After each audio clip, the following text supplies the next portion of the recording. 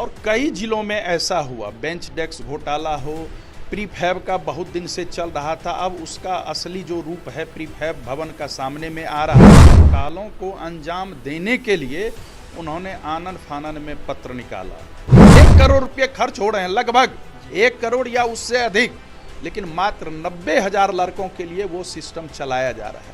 थाली की खरीद हुई, 70 रुपये की थाली है और 140 रुपये में खरीद की गई। मंत्री माननीय विजय चौधरी जी थे, उन्होंने भी कोई कार्रवाई। निश्चित रूप से ये सब ऐसे किया जा रहा है जैसे लगता है उनके घर का पैसा है। अब आप सिलाया कपड़ा देंगे, फिर उसमें घोटाला होगा, गुणवत्ता का घोटाला होगा, कपड़े अच्छे नहीं रहेंगे। अब अधिकारियों को भी देख लीजिए, वो कितने डरे हुए हैं। अधिकारियों का समूह तो रोज गाली सुनता होगा।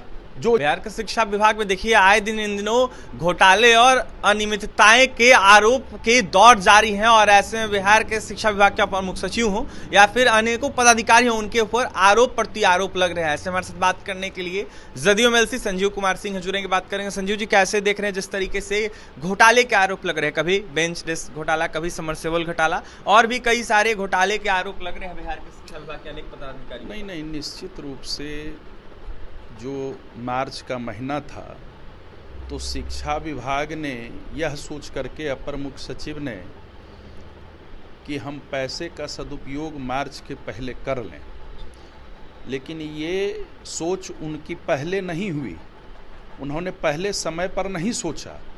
लेकिन आनन फानन में घोटाले को अंजाम देने के लिए मैं स्पष्टतः कह रहा हूँ, घोटालों को अंजाम देने के लिए उन्होंने आनन फानन में पत्र निकाला।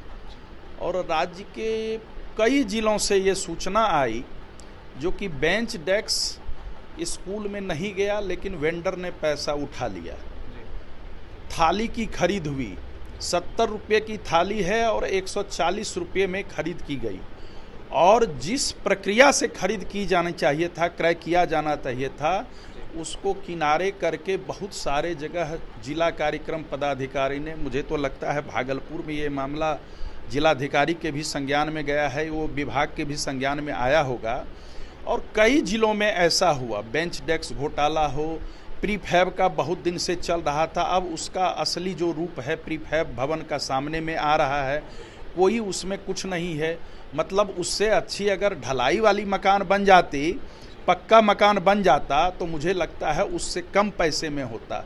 बहुत ज़्यादा पैसे में वो सब किया गया। सबमर्सिबल वाला आप बोल ही रहे हैं, कितना बोर करना चाहिए पाइप को, वो भी नहीं किया जाता है। और जब स्कूल ऑफ हो जाता है तब जानबूझ करके एजेंसी वहां पहुंचती है और किन्हीं के नहीं रहने पर अपने मन मुताबिक ये करती है। क्वालिटी को लेकर भी कुछ भी निश्चित रूप से ये सब ऐसे किया जा रहा है जैसे लगता है उनके घर का पैसा है। किताब, बैग, कॉपी को लेकर, सारे चीज को लेकर के मैंने एक देखा न्यूज जो कि अब सिलाया पोशाक दिया जाएगा। भाई फिर उसमें घोटाला होगा। आप बहुत तरह के बच्चे होते हैं, सबके अपने अपने साइज होते हैं, शरीर के आकार होते हैं। अब आप सिलाया कपड़ा देंगे, फिर उसमें घोटाला होगा, गुणवत्ता का घोटाला होगा, कपड़े अच्छे नहीं रहेंगे, कपड़े सटीक रूप से जो उसका फिटिंग होना चाहिए वो नहीं होगा। मसलन कहीं न कहीं जैसे उस समय विश्वविद्यालय में, महाविद्यालयों में अतिथि शिक्षकों की नियुक्ति थी, तो वो गिट्टी और बालू और छड़ बेचने वाले को एजेंसी बना दिया गया जो कि वही अतिथि शिक्षकों की नियुक्ति करेंगे। उसी तरह से उच्च माध्यमिक में किया गया। मतलब आनन फानन में आपको एक नई बात मैं बताता हूँ। अभी एक पत्र निकाला है डायरेक्टर सेकेंडरी ने, और अपर मुख्य सचिव ने यह निर्णय लिया जो कि जो 10th क्लास उत्तीर्ण हुए हैं वो उसी विद्यालय में वो 11th में एडमिशन लेंगे। मतलब कहीं कोई एडमिशन 11th में नहीं लेंगे, जिस विद्यालय से उत्तीर्ण हुए हैं वहीं पर लेंगे। और अगर कहीं कोई लेना चाहते हैं तो डीओ से वो काउंटर साइन करवाएंगे। मैं एक बहुत बड़े घोटाले की तरफ आपको कह रहा हूं जिस पर किन्हीं का संज्ञान नहीं है। अभी 11th और 12th में, मतलब इंटरमीडिएट की कक्षा में OFSS सिस्टम से एडमिशन होता था, ऑनलाइन एडमिशन होता था। अब ये सिस्टम ले आने पर, OFSS सिस्टम ले आने पर आज आप पत्र निकाल रहे हैं जो कि उसी विद्यालय में 11th में एडमिशन लेंगे, तो आज वह OFSS में, उस सॉफ्टवेयर में, उस सिस्टम में करोड़ रुपया खर्च हो रहा है। और बिहार विद्यालय परीक्षा समिति ने क्रमशः 2 बार विज्ञप्ति निकाली, ऑनलाइन आवेदन भी लिया, और तीसरी बार विभाग ने एक पत्र लिख करके उसको बदल दिया, उस प्रावधान को बीच में ही उस प्रक्रिया को बदल दिया।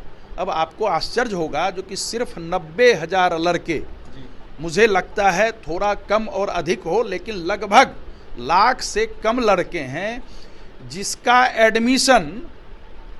एडमिशन के लिए ये OFSS सिस्टम चलाया जा रहा है। और इस सिस्टम पर 1 करोड़ रुपये खर्च हो रहे हैं, लगभग 1 करोड़ या उससे अधिक, लेकिन मात्र 90,000 लड़कों के लिए वो सिस्टम चलाया जा रहा है।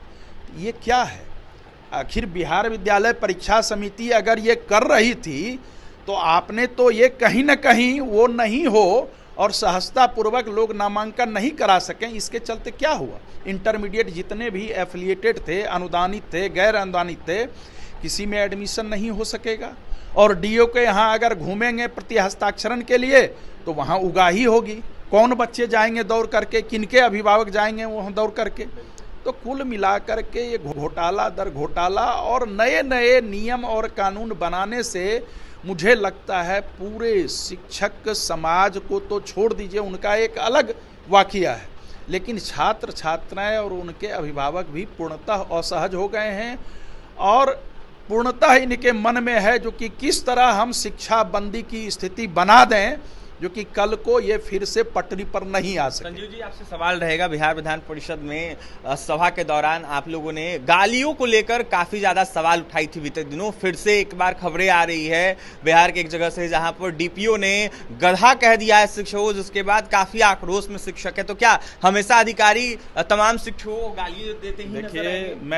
मैं तो आपको स्पष्ट बता दूं, जो विधान परिषद में हम लोगों ने उठाया उसके बाद तो कोई कार्रवाई हुई नहीं, लेकिन सभापति महोदय के कक्ष में वो वीडियो भी देखा गया और सबों ने, लगभग बहुत सारे माननीय थे, सभापति महोदय थे, वीडियो भी देखा, लेकिन विभाग की तरफ से कोई कार्रवाई नहीं हुई। तत्कालीन शिक्षा मंत्री माननीय विजय चौधरी जी थे, उन्होंने भी कोई कार्रवाई नहीं की, जबकि सदन में आसन से यह नियमन हुआ था जो कि वीडियो देख करके इस संबंध में जो भी कार्रवाई होगी वो की जाएगी। और उप मुख्यमंत्री जी का भी सदन में वक्तव्य इस संबंध में आया था। अलबत्ता इस संबंध में वैसे पदाधिकारियों पर ही कार्रवाई कर दी गई जिनके स्तर से ये कहीं ना कहीं वायरल हुआ था। अब अधिकारियों को भी देख लीजिए वो कितने डरे हुए हैं। अधिकारियों का समूह तो रोज गाली सुनता होगा, जो स्थिति है, और वो लोग नहीं लड़ रहे हैं। कल की घटना आप सही कह रहे हैं, कल या परसों मुझे परसों ही पूर्णिया से एक खबर आई, कुछ शिक्षकों ने भेजा, DPO ने शिक्षकों को गधा कह दिया। अब भाई सबसे बड़ी बात है, कोई भी अगर पढ़े लिखे हैं, खास करके जो पदाधिकारी बने हैं, तो वो तो किन्हें न गुरु के माध्यम से ही पढ़े लिखे हैं, और वे वैसे ही शिक्षक समूह को वो गधा कह रहे हैं। तो आज तो शिक्षक धैर्य रखे हुए हैं।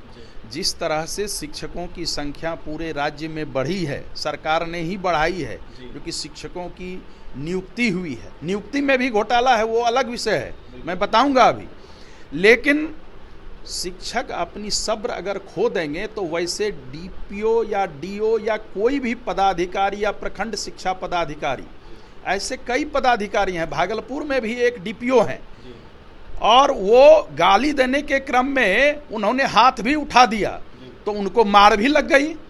तो ऐसे अगर सब्र खो देंगे शिक्षक, अगर आप गाली देंगे, अगर आप इडियट कहेंगे, आप अगर गधा कहेंगे, तो आखिर शिक्षकों का, किसी भी मनुष्य का एक सब्र होता है, एक सब्र की सीमा होती है, और जब वो सीमा टूट जाता है तो फिर कुछ भी अनहोनी हो सकता है। आप कह रहे हैं, नियुक्ति के बारे में कह रहे थे, शिक्षक मैं ही कह रहा था, सरकार ने इतनी नियुक्तियां करवाई हैं। नियुक्ति के बारे में आज अगर जांच हो, मुझे लगता है ये बहुत बड़ा घोटाला है। राज्य के सभी जिलों में जितने स्वीकृत पदबल हैं उससे अधिक शिक्षकों की नियुक्ति की गई है। ये तो सीधे सीधे राजस्व को क्षति पहुंचाती है।